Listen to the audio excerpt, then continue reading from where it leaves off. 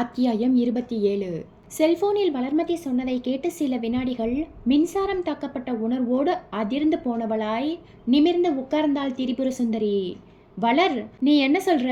Genetics Stephen Raj தூக்குல தொங்கிட்டு இருக்காரா? ஆமா மேடம், ஒரு நிமிஷம் லயன்ல அப்படியே இரு சொன்ன திரிபுர சுந்தரி தனக்கு எதிரில் உட்கார்ந்திருந்த டிஜிபியை கலவர விழிகளோடு ஏறிட்டாள். சார், ஒரு அன்எக்ஸ்பெக்டட் நியூஸ். நான் புரிஞ்சுக்கிட்டேன், அந்த ஸ்டீஃபன் ராஜ் இப்போ உயிரோடு இல்ல. போலீஸ் இன்ஃபார்மர் வளர்மதியோடு தானே பேசிக்கிட்டு இருக்கீங்க? Yes sir. செல்போன் ஸ்பீக்கரை ஆன் பண்ணிட்டு வளர்மதியோடு பேச்சை கண்டினியூ பண்ணுங்க. சரி என்கிற பாவனையில் தலையாட்டிய திரிபுர சுந்தரி ஸ்பீக்கரை ஆன் செய்துவிட்டு செல்போனில் பேச்சை தொடர்ந்தாள். வளர், எப்ப இந்த சம்பவம் நடந்தது? இப்பதான் மேடம், ஒரு 10 நிமிஷத்துக்கு முந்தி. எங்கே? ஸ்டீஃபன் ராஜோட வீட்ல தான். நீ எதுக்காக அங்க போன? அது மேடம், நாளைக்கு நானும் மனோஜும் திருப்பூருக்கு புறப்பட்டு போய் அந்த இலவச திருமண ஜோடிகள் இறந்து போன விவகாரத்தை விசாரிக்கலாம்னு இருந்தோம். அந்த விசாரணையில் எது மாதிரியான கேள்விகளை கேட்டா உண்மை வெளியே வரும்னு தெரிஞ்சுக்கிறதுக்காக ஸ்டீஃபன் ராஜை சந்திச்சு பேச ஆசைப்பட்டோம். இன்னைக்கு காலையில் 6 மணி சுமாருக்கு ஸ்டீஃபன் ராஜுக்கு ஃபோன் பண்ணி உங்களை எப்ப பார்க்கலாம்னு கேட்டேன். 10 மணிக்கு வர சொன்னார். நான் அவர் சொன்ன மாதிரி 10 மணிக்கெல்லாம் அவரோட வீட்டுக்கு போயிட்டேன். திரிபுர சுந்தரி குறுக்கிட்டாள். மனோஜ் உன் கூட வரலையா? மனோஜும் என் கூட ஜாயின் பண்ணிக்கிறேன்னு சொல்லி இருந்தார். ஆனா காலையில் 9 மணிக்கு ஃபோன் பண்ணி ஒரு எஸ்ஓசி பார்க்கறதுக்காக பொள்ளாச்சி வரைக்கும் போக வேண்டி இருக்கு. நீ மட்டும் போய் ஸ்டீஃபன் ராஜை பார்த்து பேசிட்டு வந்துடு, நாம சாயந்தரமா மீட் பண்ணலான்னு சொல்லிட்டார். அதனாலதான் நான் மட்டும்தான் ஸ்டீஃபன் ராஜை பார்க்க போனேன். சரியா 10 மணிக்கு அவர் வீட்டு காம்பவுண்ட் கேட்டுக்கு முன்னாடி ஸ்கூட்டியை நிறுத்திட்டு உள்ள போய் காலிங் பெல் கொடுத்தேன். வீட்டு வேலைக்காரி தான் கதவை திறந்தா. நான் விபரம் சொன்னதும் அவ என்ன சோஃபாவில் உட்கார சொல்லிட்டு இன்டர்காம் போன் ரிசீவரை எடுத்து ஸ்டீஃபன் ராஜ் கிட்ட பேசினா. திரிபுர சுந்தரியின் 2 புருவங்களும் சற்றே உயர்ந்து தாழ்ந்தன. வளர், நீ என்ன சொல்ற? வேலைக்காரி இன்டர்காம் போன் மூலமா ஸ்டீஃபன் ராஜ் கிட்ட பேசினாளா? ஆமா மேடம், பேசினது ஸ்டீஃபன் ராஜ் தான்னு உனக்கு எப்படி தெரியும்? போன்ல நானும் அவர்கிட்ட பேசினேன் மேடம். வேலைக்காரி ரிசீவரை என்கிட்ட கொடுத்தா. ஸ்டீஃபன் ராஜ் எனக்கு குட் மார்னிங் சொல்லிட்டு ஒரு 10 நிமிஷம் வெயிட் பண்ணுங்க, ஒரு ரிசர்ச் ரிப்போர்ட்டை முடிச்சு மெயில் பண்ணிட்டு வந்துடுறேன்னு சொன்னார். திரிபுர சுந்தரியும் டிஜிபி பஞ்சாபகேசனும் திகைப்போடு ஒருத்தரை ஒருத்தர் பார்த்து கொள்ள வளர்மதி செல்போனின் மறுமுனையில் பேசிக் கொண்டிருந்தாள். நானும் அவர்கிட்ட take your own time sir, நான் உங்களுக்காக வெயிட் பண்ணிட்டு இருக்கேன்னு சொல்லிட்டு டீப்பாயின் மேல் இருந்த அன்னைக்கு வந்த பேப்பரை எல்லாம் புரட்டி படிக்க ஆரம்பிச்சேன். மணி 10:15 ஆச்சு. 10:30 மணியாச்சு. ஸ்டீஃபன் ராஜ் மாடியில் இருந்து இறங்கி வர மாதிரியே தெரியல. வேலைக்காரி ஒரு தடவை டீ போட்டுட்டு கொடுத்தா. இப்ப 10 நிமிஷத்துக்கு முன்னாடி தான் நான் வேலைக்காரியை கூப்பிட்டு மறுபடியும் ஒரு தடவை ஃபோன் பண்ணி பாருமா, வேலை மும்மரத்துல நான் வந்திருக்கிறதையே ஒரு வேலை மறந்து போயிருக்கலாம்னு சொன்னேன். நான் சொன்னதை கேட்டு வேலைக்காரியும் ஃபோன் பண்ணினா. ஆனா இன்டர்காம் ஃபோன் வேலை செய்யல. நானும் ட்ரை பண்ணி பார்த்தேன். மறுமுனையில் இருந்து எந்த ஒரு சத்தமும் வரல. வேலைக்காரி உடனே நீங்க இருங்கம்மா, நான் போய் பார்த்துட்டு வரேன்னு சொல்லிட்டு மாடிக்கு போனா. அடுத்த நிமிஷமே வேலைக்காரியோட அலறல் சத்தம் கேட்டது. நான் மாடிப்படிகள்ல வேகமா ஏறி மேல போனேன். வேலைக்காரி அழுதுட்டு இருந்தா. ஸ்டீஃபன் ராஜ் தூக்குல தொங்கிட்டு இருந்தார். தற்கொலையா? எனக்கு என்ன சொல்றதுன்னு தெரியல மேடம். சரி, அந்த ஏரியா பீட் போலீஸ் ஸ்டேஷனுக்கு தகவல் கொடு, நானும் புறப்பட்டு வரேன். திரிபுர சுந்தரி பேசி முடித்து செல்போனை அணைத்துவிட்டு டிஜிபி பஞ்சாபகேசனை ஏறிட்டாள். சார், இது ஒரு எதிர்பாராத செய்தி. நான் ஸ்பாட்டுக்கு போய் பார்த்துட்டு. டிஜிபி கோபமாய் கையை உயர்த்தினார். லிசன் மீ, கொஞ்ச நேரத்துக்கு முந்தி நான் உங்ககிட்ட கொடுத்த ஃபைலில் 5 விபரீதமான சம்பவங்களை குறிப்பிட்டு அது எப்படி நடந்திருக்கும் என்கிற கேள்விகளையும் கேட்டிருந்தேன். அந்த கேள்விகளுக்கு பதில் சொல்றதுக்கு முந்தி இப்ப இது 6வது சம்பவம். ஜெனடிக்ஸ் ஸ்டீஃபன் ராஜ் நிச்சயமா தற்கொலை பண்ணிக்க வாய்ப்பில்லை. போய் என்கொயரி பண்ணுங்க. இன்னும் 1 வாரத்துக்குள்ள ஃபைலில் நான் கேட்டிருந்த எல்லா கேள்விகளுக்கும் எனக்கு பதில் கிடைக்கணும். Will you? Yes sir. Tripura Sundari எழுந்து விரைப்பாய் சல்யூட் அடித்துவிட்டு அறையினின்றும் தளர்வாய் வெளியேறினாள். அடுத்த 20 நிமிஷம் ஜீப்பில் பயணித்து ஸ்டீஃபன் ராஜ் வீடு போய் சேர்ந்தபோது வீட்டு வாசலில் ஒரு போலீஸ் ஜீப்பும் சாலையோர மரத்துக்கு கீழே ஆம்புலன்ஸ் வேனும் நின்றிருக்க அந்த தெருவில் குடியிருந்தவர்கள் சின்ன சின்ன குழுக்களாய் திரண்டு சத்தம் வெளியே வராமல் பேசிக் கொண்டிருந்தார்கள். திரிபுர சுந்தரி ஜீப்பில் நின்றும் இறங்கி உள்ளே போக வளர்மதி களைத்து போன முகத்தோடு எதிர்பட்டாள். மேடம், லோக்கல் போலீஸ் ஸ்பாட்டுக்கு வந்தாச்சா? வந்தாச்சு மேடம். இன்ஸ்பெக்டர் யாரு? பரசுராம். வளர்மதி சொல்லிக் கொண்டிருக்கும் போதே நடுத்தர வயதில் இருந்த அந்த இன்ஸ்பெக்டர் பரசுராம் வேக நடையில் வந்து நின்று சல்யூட் வைத்தார்.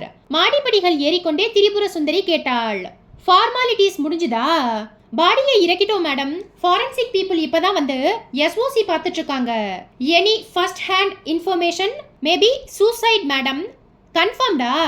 அது வந்து எஸ்ஓசி ரிசல்ட் வந்த பின்னாடி தான் தெரியும் மேடம். பின்ன சூசைட்னு எப்படி சொல்றீங்க?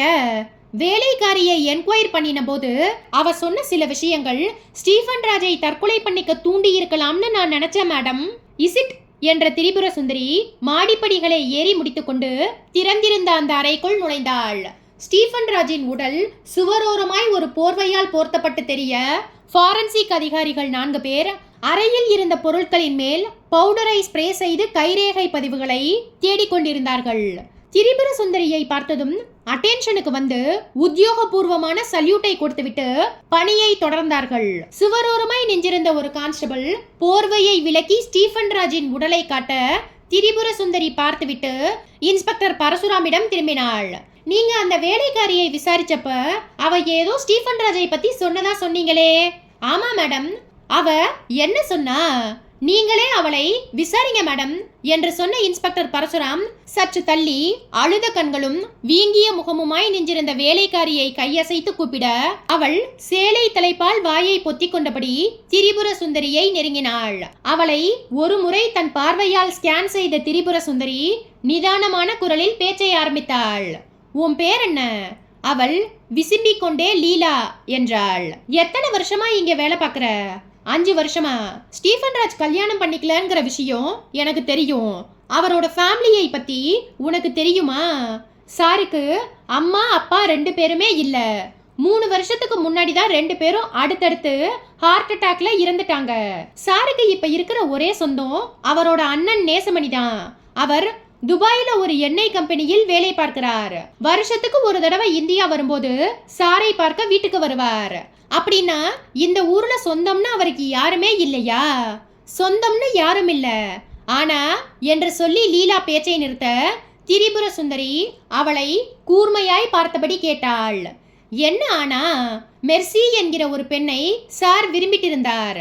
ஒவ்வொரு சண்டேயும் அந்த பொண்ணு இங்கே வரும். கொஞ்ச நேரம் பேசிட்டு இருப்பாங்க. அப்புறம் 2 பேரும் சேர்ந்து சர்ச்சுக்கு போயிட்டு வருவாங்க. ஆனா கடந்த 1 மாச காலமா அந்த பொண்ணு இங்க வர்றதில்ல. ஏன்? காரணம் என்னன்னு எனக்கு தெரியல. 2 பேருக்குள்ள ஏதோ சண்டைன்னு நினைக்கிறேன். என்ன சண்டை? சரியா எனக்கு தெரியல. நேத்திக்கு காலையில சார் போன்ல அந்த பொண்ணு கிட்ட கோபமா ஏதோ பேசிட்டு இருந்தார். இங்கிலீஷ்ல பேசிட்டு இருந்தார். எனக்கு புரியல. காலையில் வெளியே போனவர் ராத்திரி 8 மணிக்கு தான் வீட்டுக்கு வந்தார். அவர் வந்த பின்னாடி தான் நான் என்னோட வீட்டுக்கு போனேன். வழக்கமா நான் 6 மணிக்கெல்லாம் வேலையை முடிச்சிட்டு வீட்டுக்கு போயிடுவேன். மறுநாள் காலையில் 6 மணிக்கு வேலைக்கு வந்துடுவேன். உனக்கு வீடு எங்கே? பக்கத்துல தான், சாய்பாபா காலனி. திரிபுர சுந்தரி மேற்கொண்டு பேச முன்பு இன்ஸ்பெக்டர் பரசுராம் பக்கத்தில் வந்தார். மேடம். திரிபுர சுந்தரி என்ன என்பது போல் திரும்பி பார்த்தாள். பரசுராம் அறையின் கதவருகே நின்றிருந்த ஒரு இளைஞனை சுட்டி காட்டியபடி சொன்னார். He is Anish. இந்த வீட்டுக்கு பின்னாடி இருக்கிற அபார்ட்மெண்ட்ல குடியிருக்கார். உங்ககிட்ட பேசணும்னு சொல்றார். திரிபுர சுந்தரி அந்த இளைஞனை பார்த்தாள். சாயம் போன தினசில் இருந்த ஸ்டோன் வாஷ் பேண்டிலும் தொளதொளப்பான டி ஷர்ட்டிலும் பார்வைக்கு தட்டப்பட்டான். மோவாயில் பிரெஞ்சு தாடியும் கண்களில் கலவரமும் தெரிந்தது. Please come. அவன் உள்ளே வந்தான். திரிபுர சுந்தரிக்கு முன்பை நின்று மெல்லிய குரலில் பேச ஆரம்பித்தான். மேடம், உங்ககிட்ட ஒரு விஷயம் சொல்லணும். என்ன? சொல்லுங்க. மேடம், ஸ்டீஃபன் ராஜ் தற்கொலை பண்ணிக்க வாய்ப்பில்ல. இது திட்டமிட்ட கொலை. எப்படி சொல்றீங்க? நான் அந்த கொலையாளிகளை பார்த்தேன் மேடம். மொத்தம் 3 பேரு. அத்தியாயம் 28. திரிபுர சுந்தரி அந்த இளைஞன் அனீஷை வியப்பான பார்வையால் நனைத்தாள். நடுக்கமான குரலில் கேட்டாள். நீங்க கொலையாளிகளை பார்த்தீங்களா? ஆமா மேடம், மொத்தம் 3 பேரு. அவங்க 3 பேருமே இபி டிபார்ட்மெண்ட்டை சேர்ந்தவங்க. என்ன சொல்றீங்க அனீஷ்? இபி ஆட்கள் எப்படி உள்ளே வந்தாங்க? அவங்களை நீங்க எங்கே இருந்து எப்படி பார்த்தீங்க? மேடம், இன்னைக்கு காலையிலிருந்தே நான் என்னோட வீட்டு மொட்டை மாடியில் தான் இருந்தேன். மாடியில நான் ஒரு தோட்டம் போட்டிருக்கேன். காய்கறி செடிகளுக்கு இயற்கை உரம் போட்டு வேலை செஞ்சுட்டு இருக்கும் போதுதான் என்னோட வீட்டுக்கு எதிரில் மின்துறை பராமரிப்பு என்கிற நேம் போர்ட் போட்ட கிரே நிற டெம்போ வேன் ஒன்னு வந்து நின்னுது. அந்த வேனுக்குள்ள ஒரு ஃபோல்டபிள் மல்டிபர்பஸ் அலுமினிய ஏணி ஒன்னும் இருந்தது. எலக்ட்ரிக் போஸ்டில் பொருத்தப்பட்டிருக்கிற எல்இடி பல்புகளை மாத்துறதுக்காக இபி ஆட்கள் வந்திருக்கலாம்னு நினைச்சு அதுல இன்ட்ரெஸ்ட் காட்டாம நான் தோட்ட வேலையை பார்த்துட்டு இருந்தேன். அடுத்த சில நிமிஷங்கள்ல என்னோட வேலையை முடிச்சிட்டு கை கழுவுறதுக்காக மாடியின் ஓரமாய் இருக்கிற பைப் கிட்ட போனேன். அந்த சமயத்துல இபி வேன் ஸ்டீஃபன் ராஜ் வீட்டை ஒட்டி இருந்த மின்கம்பத்துக்கு கீழே நின்னுட்டு இருந்தது. வேனோடு பொருத்தப்பட்டிருந்த அலுமினிய ஏணி சுமார் 20 அடி உயரம் மேல எழும்பி ஸ்டீஃபன் ராஜ் வீட்டு 2வது மாடியோட சன்ஷேடோட ஒட்டிட்டு இருந்தது. திரிபுர சுந்தரி பதட்ட குரலில் கேட்டாள். ஏணி சன்ஷேடோடு ஒட்டிக்கிட்டு இருந்ததா? ஆமா. நல்லா பாத்தீங்களா? பார்த்தேன் மேடம். ஏணியை உயர்த்தும் போது ஏதாவது பிரச்சனை ஏற்பட்டு ஸ்டீஃபன் ராஜ் வீட்டு மேல சாய்ஞ்சிருக்கலாம்னு நினைச்சு அதை சந்தேகத்துக்குரிய ஒரு நிகழ்வாய் நான் எடுத்துக்கல. அந்த ஏணிக்கு கீழே 3 பேர் நின்னுட்டு இருந்தாங்க. அவங்க உங்களை பார்த்தாங்களா? இல்ல மேடம். சரி, அந்த 3 பேரும் எப்படி இருந்தாங்க? நான் அவங்க முகத்தை பார்க்கல மேடம். ஆனா அந்த 3 பேருக்குமே என்னோட வயசு தான் இருக்கும். காக்கி பேண்ட்டும் வெள்ளை சட்டையும் போட்டிருந்தாங்க. நீங்க அந்த 3 பேரை பார்க்கும்போது அவங்க என்ன பண்ணிட்டு இருந்தாங்க? ஏணியை சரி பார்த்துட்டு இருந்தாங்க. ஒருத்தன் கையில் டூல் பாக்ஸ் மாதிரி ஒரு பெட்டி தெரிஞ்சது. சரி, ஸ்டீஃபன் ராஜா அந்த 3 பேர் தான் கொலை பண்ணி இருக்கணும் என்கிற எண்ணம் உங்களுக்கு வர என்ன காரணம்? ஸ்டீஃபன் ராஜ் தற்கொலை பண்ணிக்கிட்டாருன்னு 1/2 மணி நேரத்துக்கு முன்னாடி என்னோட அப்பா தான் என்கிட்ட வந்து சொன்னார். டிவியில் கிரிக்கெட் மேட்ச் பார்த்துட்டு இருந்தேன்னா ஒரு நிமிஷம் ஆடி போயிட்டேன். ஏன்னா ஸ்டீஃபன் ராஜ் எப்பவுமே ஹாப்பியா சந்தோஷமான மூட்ல தான் இருப்பார். அவர் ஏன் தற்கொலை பண்ணிக்கணும்னு யோசிச்சேன். அப்படி யோசிக்கும் போதுதான் எனக்கு அந்த இபி டிபார்ட்மெண்ட் ஆட்கள் மேல சந்தேகம் வந்தது. உடனடியா இந்த ஏரியா இபி ஆபீஸுக்கு ஃபோன் பண்ணி ஏஇ கிட்ட பேசினேன். என்னோட தெரு பேரை சொல்லி இங்க எலக்ட்ரிக் போஸ்ட்ல பராமரிப்பு வேலைகளை செய்ய ஆட்கள் யாரையாவது கொஞ்ச நேரத்துக்கு முன்னாடி அனுப்பி வச்சீங்களான்னு கேட்டேன். அவர் இல்லையேன்னு சொன்னார். நான் திரும்பவும் அவர்கிட்ட கன்ஃபார்ம் பண்ணி சொல்லுங்க சார்னு கேட்டேன். அவரும் தீர்மானமான குரலில் நீங்க சொல்ற மாதிரியான பராமரிப்பு வேன் எல்லாம் இந்த இபி டிவிஷன்லயே கிடையாதுன்னு சொன்னார். அவர் அப்படி சொன்ன பிறகுதான் எனக்கு ஸ்டீஃபன் ராஜோட மரணத்துல சந்தேகம் வந்தது. ஃபோல்டபிள் அலுமினியம் ஏணி அவர் வீட்டு மாடி சன்ஷேடில் வைக்கப்பட்டிருந்ததும் ஞாபகம் வந்தது. ஸ்டீஃபன் ராஜுக்கு வேண்டாத யாரோ 3 பேர் இபி டிபார்ட்மெண்ட்டை சேர்ந்த ஆட்கள் மாதிரி வந்து ஏணி வழியா மாடிக்கு போய் ஸ்டீஃபன் ராஜோட உயிரை எடுத்திருக்காங்க. வந்த அந்த 3 பேர்ல ஒருத்தனை கூடவா நீங்க பார்க்கல மேடம். அந்த அளவுக்கு அவங்க 3 பேரும் எனக்கு சந்தேகம் வராத மாதிரி நடந்துக்கிட்டாங்க. they have planned very well. அந்த வேனோட ரெஜிஸ்ட்ரேஷன் நம்பரையாவது பாத்தீங்களா? சாரி மேடம், நான் அவங்கள கொஞ்சமாவது சந்தேகப்பட்டிருந்தா எல்லா விஷயங்களையும் அப்சர்வ் பண்ணி இருப்பேன். இந்த தெருவுல சிசிடிவி கேமரா இருக்கா? 3 மாசத்துக்கு முன்னாடி வரை இருந்தது மேடம். அது சரியா ஒர்க் பண்ணாததால அதை எடுத்துட்டு வேற ஒரு புது மாடலை ஃபிக்ஸ் பண்ண காலனி அசோசியேஷன் முடிவு பண்ணி இருந்தாங்க. அதுக்குள்ள அசோசியேஷன்ல ஒரு ஈகோ பிரச்சனை வந்து அந்த பிளான் டிராப் ஆயிடுச்சு. அனீஸ் சொல்லிக் கொண்டிருக்கும் போதே எஸ்ஓசி பார்த்து கொண்டிருந்த ஃபாரன்சிக் ஆபீசர்ஸ் தயக்கத்தோடு பக்கத்தில் வந்து நின்றார்கள். திரிபுர சுந்தரி அவர்களை ஏறிட்டாள். Did you find anything? Yes madam. என்ன madam? Can you come alone for a minute? Tripura Sundari தலையசைத்து அவர்களோடு நடந்து அடுத்த அறைக்குள் நுழைந்தாள். சொல்லுங்க madam. We have collected some finger prints. லேசாய் முகம் மலர்ந்தாள் Tripura Sundari. Good start. Sorry madam. Sorry for what? Madam, Stephen ராஜோட அறையில் கலெக்ட் பண்ணின எல்லா ஃபிங்கர் பிரிண்ட்ஸுமே artificial finger prints. What you say? Artificial finger prints என்கிற வார்த்தையையே நான் இன்னைக்கு தான் கேள்விப்படுறேன். It is new for forensic madam. 2 வருஷத்துக்கு முந்தி ஸ்காட்லாண்ட் யார்ட் போலீஸ் தான் லண்டனில் ஒரு குற்றம் நடந்த இடத்தில் இது மாதிரியான ஆர்டிபிஷியல் ஃபிங்கர் பிரிண்ட்ஸை கண்டுபிடிச்சு அதை இன்டர்போல் போலீஸுக்கும் இன்டர்நேஷனல் ஃபாரன்சிக் அசோசியேஷனுக்கும் தெரியப்படுத்தி இருந்தாங்க. அந்த ஃபிங்கர் பிரிண்ட்ஸ் இன்னைக்கு ஸ்டீஃபன் ராஜ் அறைக்குள்ள கிடைச்சிருக்கு. திரிபுர சுந்தரி கலவரமானாள். இந்த ஆர்டிபிஷியல் ஃபிங்கர் பிரிண்ட்ஸ் கிடைச்ச விவகாரத்தில் ஏதாவது அப்நார்மலா இருக்கும்னு நினைக்கிறீங்களா? S madam. என்ன? இந்த மாதிரியான ஆர்டிபிஷியல் கைரேகை பதிவுகளை உருவாக்க சிலிகான் ரப்பர் பேப்பர் ஜெல் தேவைப்படும் மேடம். அது இந்தியாவில் கிடைக்க வாய்ப்பில்லை.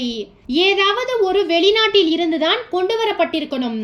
சோ வந்த நபர்கள் சாதாரண நபர்களாய் இருக்க முடியாது, விபரமான படித்த நபர்களாய் இருக்கணும் மேடம். தங்களோட கைரேகைகள் தப்பி தவறி கூட ஃபாரன்சிக் பார்வைக்கு பட்டுடக்கூடாது என்கிற ஜாக்கிரதை உணர்வோடு சிலிகான் ரப்பர் பேப்பர் ஜெல்லின் உதவியோடு ஆர்டிபிஷியல் கைரேகைகளை ஸ்டீஃபன் ராஜின் அறைக்குள் பதிச்சிட்டு போயிருக்காங்க. அது ஆர்டிபிஷியல் ஃபிங்கர் பிரிண்ட்ஸ் தான் என்கிற முடிவுக்கு எப்படி வந்தீங்க? ஆரம்பத்துல கண்டுபிடிக்க கஷ்டமா இருந்தது மேடம். சில ஃபிங்கர் பிரிண்ட்ஸ் கிடைச்ச போது மனசுக்கு சந்தோஷமா இருந்தது. அதனோட ரெசல்யூஷன் தெளிவா இருந்தது. தொடர்ந்து ஃபிங்கர் பிரிண்ட்ஸை கலெக்ட் பண்ணிக்கிட்டு இருக்கும் போதுதான் எங்களுக்கு அந்த சந்தேகம் வந்தது. என்ன? பொதுவா கைரேகைகள் தெளிவில்லாம துண்டு துண்டா தான் கிடைக்கும். அதை ஃபாரன்சிக் லேபுக்கு கொண்டு போய் ஒரு ப்ராசஸுக்கு உட்படுத்தி பார்த்த பின்னாடி தான் ரெசல்யூஷன் கிடைக்கும். ஆனா இங்க பவுடரை ஸ்ப்ரே பண்ணி பிரிண்ட்ஸை கலெக்ட் பண்ணினதுமே ரெசல்யூஷன் வந்துடுது. இயற்கையாய் கிடைக்கும் கைரேகை பதிவுகளில் இவ்வளவு துல்லியம் கிடைக்க வாய்ப்பில்லை. உடனே இந்த விபரத்தை எங்க சீஃப் ஃபாரன்சிக் ஆபீசருக்கு தெரியப்படுத்தி சில கைரேகை பதிவுகளை அவரோட வாட்ஸ்அப்புக்கு அனுப்பி வச்சோம். அடுத்த 2 நிமிஷத்துக்குள்ள அவர்கிட்ட இருந்த இது ஆர்டிபிஷியல் ஃபிங்கர் பிரிண்ட்ஸ் என்கிற பதில் வந்தது. சில வினாடிகளை செலவழித்து அதிர்ச்சியை ஜீரணித்துக் கொண்ட திரிபுர சுந்தரி ஒரு பெருமூச்சை வெளியேற்றிவிட்டு ஃபாரன்சிக் அதிகாரிகளை ஏறிட்டாள். எஸ்ஓசியில் வேற ஏதாவது கண்டுபிடிக்க முடிஞ்சுதா? இல்ல மேடம். ஸ்டீஃபன் ராஜோட பாடியை போஸ்ட்மார்ட்டத்துக்கு உட்படுத்தி ரிப்போர்ட் வந்த பிறகு அதில் இருக்கிற அப்நார்மல் ரிமார்க்ஸை வச்சுதான் சம்பவம் எது மாதிரி நடந்திருக்கும் என்கிற முடிவுக்கு வர முடியும். இங்கே உங்களோட ஃபார்மாலிட்டிஸ் முடிஞ்சுதா? முடிஞ்சது மேடம். பாடியை மார்ச்சுவரிக்கு கொண்டு போயிடலாம். இன்ஸ்பெக்டர் பரசுராமுக்கு இன்ஸ்ட்ரக்ஷன் கொடுத்துட்டோம். திரிபுர சுந்தரி மௌனமாய் தலையசைத்துக் கொண்டிருக்கும் போதே அவளுடைய செல்போன் குறைவான டிசிபலில் ரிங்டோனை வெளியிட்டது. எடுத்து அழைப்பது யார் என்று பார்த்தாள். வளர்மதி செல்போனின் மறுமுனையில் கூப்பிட்டு கொண்டிருந்தாள். வியப்போடு ஹேண்ட்செட்டை காதுக்கு ஒற்றினாள். என்ன வளர், நீ இப்ப இந்த வீட்டுக்குள்ள தானே இருக்க? எதுக்காக போன் பண்ற? மேடம், இப்போ உங்களுக்கு பக்கத்துல யாராவது இருந்தா கொஞ்சம் தள்ளி வந்து பேச முடியுமா? ஒரு நிமிஷம்.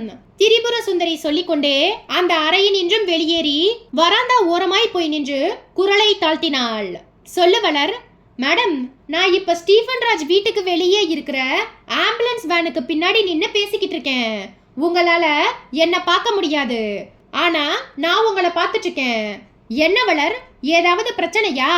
ஆமா மேடம். என்ன சொல்லு. மேடம், ஸ்டீஃபன் ராஜ் வீட்டிலிருந்து 2 வீடு தள்ளி ஒரு காலி மனை இருக்கு. காலி மனைக்கு எதிரில மரத்துக்கு கீழே மொபைல் லாண்டரி வண்டி ஒன்று இருக்கு. அப்படியே வராந்தால மெல்ல நடந்து வந்து சந்தேகம் வராதபடி எட்டி பாருங்க. திரிபுர சுந்தரி இயல்பாய் நடை போட்டபடி வராந்தாவில் நடந்து அதன் எல்லையை தொட்டு மெல்ல தெரு பக்கம் எட்டி பார்த்தாள். வளர்மதி சொன்னது போலவே 2 வீடுகள் தள்ளி ஒரு காலி மனையும் அந்த மனைக்கு எதிரே ஒரு மரத்துக்கு கீழே இருந்த மொபைல் லாண்டரி வண்டியும் பார்வைக்கு கிடைத்தது. என்ன மேடம், பாத்துட்டீங்களா? பாத்துட்டேன். லுங்கி கட்டின ஆள் ஒருத்தன் துணியை அயன் பண்ணிட்டு இருக்கான். அவன் துணியை மட்டும் அயன் பண்ணல மேடம், செல்போனும் பேசிக்கிட்டு இருக்கான். இந்த வினாடியும் பேசிட்டு இருக்கான். அவன் கையில செல்போன் இல்லையே, செல்போனை கீழே வச்சிருக்கான் மேடம். அவனோட காதை பாருங்க. ஆமா, ஏதோ கருப்பு பட்டன் மாதிரி தெரியுது.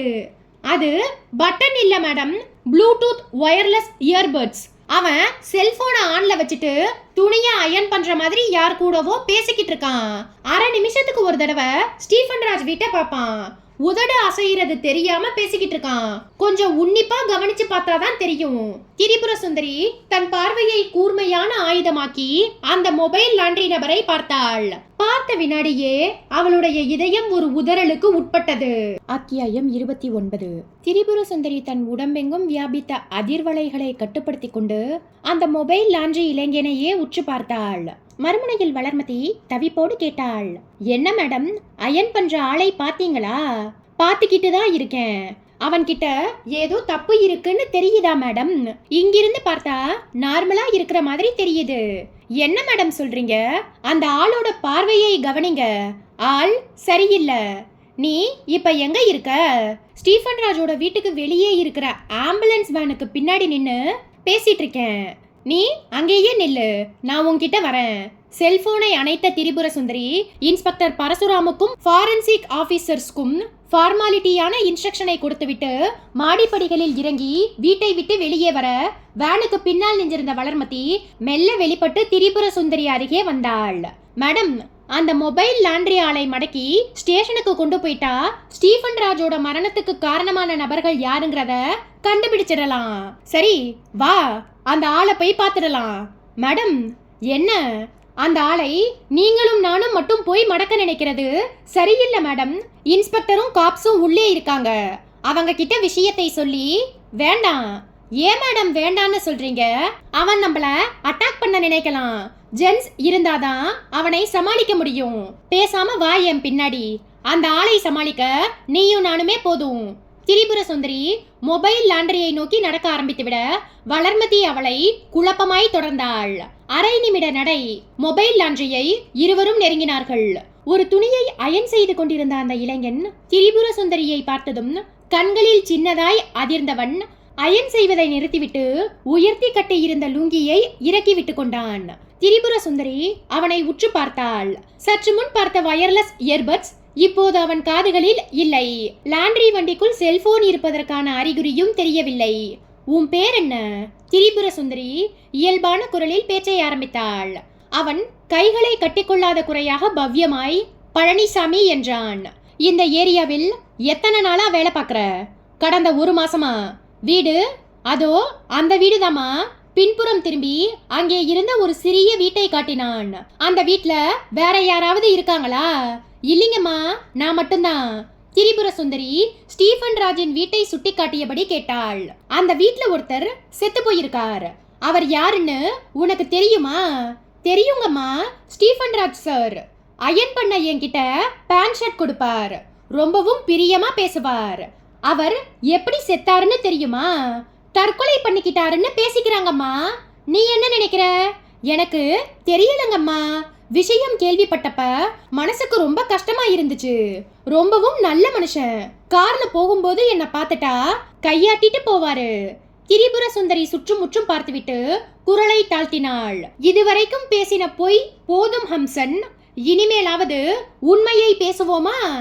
அந்த இளைஞனின் முகம் சட்டென்று ஒரு பெரிய மாறுதலுக்கு உட்பட்டது. ஹம்சனா? என்னம்மா சொல்றீங்க? என்னோட பேரு பழனிசாமி. அது இந்த ஏரியாவில் இருக்கிறவங்களுக்கு. ஆனா எனக்கு ஹம்சன் தான் என்று சொன்ன திரிபுர சுந்தரி தன்னுடைய செல்போனை எடுத்து வாட்ஸ்அப்புக்கு உயிர் கொடுத்து ஒரு போட்டோவை செல்போனின் ஸ்கிரீன் முழுவதும் நிரப்பினாள். பக்கத்தில் நின்றிருந்த வளர்மதியை கூப்பிட்டாள். வளர், மேடம், இந்த போட்டோவை பார்த்துட்டு நமக்கு எதிரில் நிக்கிற அந்த பழனிசாமியையும் பாரு. 2 பேரும் ஒரே நபரா இல்ல வெவ்வேறு ஆளான்னு நீயே சொல்லு. வளர்மதி வாட்ஸ்அப்பில் இருந்த அந்த புகைப்படத்தை பார்த்தாள். சந்தன நிற கோட்டும் அடர் சிவப்பு நிற டையுமாய் தன்னுடைய அழகான பல்வரிசையை காட்டி சிரித்திருந்தான் அந்த இளைஞன். போட்டோவை சில வினாடிகள் பார்த்துவிட்டு எதிரில் நின்றிருந்த பழனிசாமியை பார்த்தாள் வளர்மதி. பிறகு உறுதியான குரலில் சொன்னாள், நோ டவுட் மேடம், 2 பேரும் ஒருத்தர் தான். சினிமாவில் வர மாதிரி வெவ்வேறு கெட்டப், அவ்வளவுதான். யார் மேடம் இந்த ஆளு? திரிபுர சுந்தரி மெலிதாய் புன்னகைத்தாள். வளர், நீ பாட்டுக்கு அந்த ஆளு இந்த ஆளுன்னு ஏக வசனத்துல பேசிக்கிட்டு இருக்காத. இவர் மிஸ்டர் ஹம்சவர்தன். அப்பா அம்மா வச்ச அந்த பேரை சுருக்கி இவர் ஹம்சன்னு வச்சுக்கிட்டார். போலீஸ் டிபார்ட்மெண்ட்ல இருக்கிற சாடோ ஸ்குவாட் விங்கில் இவர் ஃபர்ஸ்ட் கிரேட் ஆபீசர். 2 வருஷத்துக்கு முந்திதான் இவருக்கு கல்யாணம் நடந்தது. பொண்ணு யாரு தெரியுமா? ரிட்டையர்டு சீஃப் ஜட்ஜ் தீனதயாளன் சாரோட பொண்ணு ஷர்மிலி. வளர்மதியின் அகன்ற விழிகளில் ஆச்சரிய அலைகள் பரவியது. என்ன மேடம் சொல்றீங்க? இவர் போலீஸ் டிபார்ட்மெண்டா? ஆமா, இவர் ஷேடோ ஸ்குவாட் விங்கில் போலீஸ் ஆபீசரா இருக்கிற விஷயம் எனக்கும் 2 வருஷத்துக்கு முந்திதான் தெரியும். ரிட்டையர்டு சீஃப் ஜட்ஜ் தீனதயாளன் என்னோட வாட்ஸ்அப்புக்கு 2 வருஷத்துக்கு முந்தி இந்த போட்டோவை அனுப்பி வச்சு எனக்கு ஒரு மெசேஜ் கொடுத்திருந்தார். அந்த மெசேஜில் என்னோட டாக்டர் ஷர்மிலிக்கு பார்த்திருக்கிற மாப்பிள்ளை இவர்தான். பேரு ஹம்சவர்தன் என்கிற ஹம்சன். டிபார்ட்மெண்டில் இவரை பத்தின குட் புக் எனக்கு வேணும், விசாரிச்சு சொல்ல முடியுமான்னு கேட்டிருந்தார். நானும் ஹம்சனுக்கு தெரியாம அவரை பத்தின குட் புக் விவரங்களை கலெக்ட் பண்ணி அனுப்பி வச்சேன். கல்யாணம் நிச்சயமானதும் எனக்கு தான் முதல்ல ஜட்ஜ் சார் ஃபோன் பண்ணி விஷயத்த சொன்னார். கல்யாணம் நடந்த நேரத்துல நான் டெல்லியில் ஒரு ட்ரைனிங்கில் இருந்ததால என்னால கல்யாணத்தை அட்டன் பண்ண முடியல. ஜட்ஜ் சார் கிட்ட ஒரு தடவை போன்ல பேசின போது அவர் வெளிநாட்டுல இருந்தார். திரிபுர சுந்தரி பேசிக் கொண்டிருக்கும் போதே ஹம்சன் ஒரு மெல்லிய சிரிப்போடு அவளை ஏறிட்டான். சாரி மேடம், நீங்க என்னோட கல்யாணத்துக்கு வராத காரணத்தால என்னை பத்தி உங்களுக்கு தெரிய வாய்ப்பில்லைன்னு நினைச்சேன். ஆனா என்னோட மாமனார் உங்ககிட்ட என்னை பற்றிய குட் புக் விவரங்களை கேட்டு வாங்கி இருக்காருங்கிறது இப்பதான் எனக்கு தெரியும். பொதுவா போலீஸ் டிபார்ட்மெண்ட்ல இருக்கிறவங்களுக்கு 2 மூளை 4 கண்கள்னு சொல்லுவாங்க. என்ன பொறுத்த வரைக்கும் அது ஒரு உண்மையான ஸ்டேட்மெண்ட் தான். எனக்கு உங்க முகமும் சரி உங்க பெயரும் சரி மனசுக்குள்ள அழுத்தமா பதிஞ்சதுக்கு காரணம் ஜட்ஜ் சார் எனக்கு கொடுத்த அசைன்மெண்ட் தான். என்னோட வாட்ஸ்அப்புக்கு போலீஸ் அதிகாரிகள் சம்பந்தப்பட்ட போட்டோக்கள் எது வந்தாலும் அதை டெலீட் பண்ணாம வச்சுக்கிறது என்னோட பழக்கம். ஹம்சனின் புன்னகை பெரிதாயிற்று. You are brilliant madam. இந்த பாராட்டு எனக்கு சரியா பொருந்தாத ஹம்சன். உங்களையும் உங்களோட நடவடிக்கையையும் ஸ்கேன் பண்ணினது இந்த வளர்மதி தான் என்று சொன்ன திரிபுர சுந்தரி ஹம்சனுக்கு வளர்மதியை அறிமுகப்படுத்தினாள். She is Valarmathi, housewife. சமுதாய நலன் சார்ந்த அக்கறை அதிகம். போலீஸ் வேலையில் சேர ஆசைப்பட்டு முடியாம போன காரணத்தால வீட்டுக்கும் வெளியுலகத்துக்கும் தெரியாம எனக்கு உதவியாய் போலீஸ் இன்ஃபார்மர் வேலை பார்த்துட்டு இருக்காங்க. கிரேட் என்று சொன்ன ஹம்சன் 2 பேரையும் பார்த்தபடி தயக்கமான குரலில் பேச ஆரம்பித்தான். போன மாசம் 7ஆம் தேதியில் இருந்து டெல்லி சிபிஐ மூலமா எனக்கு கொடுக்கப்பட்ட அசைன்மெண்ட் தான் இந்த மொபைல் லாண்டரி வேலை. நான் கண்காணிக்க வேண்டிய நபர் ஸ்டீஃபன் ராஜ். அவர் எங்கே போறார், யார் யாரையெல்லாம் பார்க்கிறார், அவரை தேடி வரவங்க யார், இது மாதிரியான விவரங்களை உடனுக்குடன் டெல்லி சிபிஐக்கு அனுப்பி வைக்கிற வேலையைத்தான் இத்தனை நாளும் பார்த்துக்கிட்டு இருந்தேன். இப்போது வளர்மதி குறுக்கிட்டு கேட்டாள். ஸ்டீஃபன் ராஜ் இப்போ உயிரோடு இல்ல. நான் அவரை பார்த்து பேச வீட்டுல உட்கார்ந்துட்டு இருக்கும் போதே அவர் தற்கொலை பண்ணிக்கிட்ட மாதிரி கொலை செய்யப்பட்டிருக்கார். இபி டிபார்ட்மெண்ட் பணியாட்கள் மாதிரி கொலையாளிகள் செயல்பட்டு இருக்காங்க. இப்படிப்பட்ட ஒரு மரணத்தை நீங்க எதிர்பார்த்தீங்களா? இல்ல, எதிர்பாராம நடந்த இந்த சம்பவம் எனக்கும் அதிர்ச்சி தான். ஸ்டீஃபன் ராஜ் தொழில் ரீதியாய் ஜெனடிஷியன். அவரை கண்காணிக்க சிபிஐக்கு என்ன அவசியம் என்கிற இந்த கேள்விக்கும் எனக்கு விடை தெரியாது. It's okay. உங்க கோணத்துல ஸ்டீஃபன் ராஜ் எப்படி? அவர்கிட்ட ஏதோ தப்பு இருக்குன்னு நினைக்கிறீங்களா? அவர்கிட்ட தப்பு ஏதும் இருக்கிற மாதிரி எனக்கு தெரியல. ஏன்னா அவரை பார்க்க வரவங்களும் சரி இவர் பார்க்க போகிற நபர்களும் சரி பிரபல டாக்டர்களாவோ இல்லனா பார்மசிட்டிக்கல் கம்பெனியை சேர்ந்தவங்களாத்தான் இருக்காங்க. ஆனா நேத்து ராத்திரி 8 மணி சுமாருக்கு ஸ்டீஃபன் ராஜை பார்க்க வந்த ஒரு நபர் என்னோட மனசுக்கு கொஞ்சம் நெருடலாய் பட்டார். யார் அவர்? காரை அவர் தான் ஓட்டிட்டு வந்தார். அதோ அந்த மரத்துக்கு கீழே காரை நிறுத்திட்டு ஸ்டீஃபன் ராஜை பார்க்க நடந்து போனார். ஸ்டீஃபன் ராஜ் வீட்டுக்குள்ள போறதுக்கு முன்னாடி ஒரு தடவை சுத்தும் முத்தும் பார்த்துக்கிட்டார். அவருக்கு வயசு 60 இருக்கலாம். பார்க்க டீசெண்டா இருந்தார். அவர் வந்த காரோட ரெஜிஸ்ட்ரேஷன் நம்பரை வச்சு அவரோட பேரையும் விலாசத்தையும் தெரிஞ்சுக்கிட்டேன். அவரோட பேரு அபுபக்கர். அட்ரஸ் நம்பர் 779 தென்றல் நகர், குறிச்சி. திரிபுர சுந்தரி ஹம்சன் சொன்ன பெயரையும் முகவரியையும் தன் செல்போனின் நோட் பக்கத்தில் பதிவு செய்து கொண்டிருக்கும் போதே வளர்மதியின் செல்போன் ஒலிக்க ஆரம்பித்தது. எடுத்து அழைப்பது யார் என்று பார்த்தாள். மறுமுனையில் மனோஜ் அழைத்து கொண்டிருந்தான். சொல்லு மனோஜ், பொள்ளாச்சியிலிருந்து எப்ப வந்த? 10 நிமிஷம் ஆச்சு வளர். நீ இப்ப எங்க இருக்க? ஸ்டீஃபன் ராஜோட வீட்டுக்கு போனியா? போனேன். பேசுனியா? பேச முடியல. ஏன்? நீ நேர்ல வா, எல்லாத்தையும் சொல்றேன். குரல் ஒரு மாதிரியா இருக்கு. அங்க ஏதாவது பிரச்சனையா? ஆமா, என்னன்னு சொல்லு. வளர்மதி சற்றே தள்ளி போய் நின்று கொண்டு மனோஜிடம் எல்லாவற்றையும் சொல்ல ஆரம்பித்தாள்.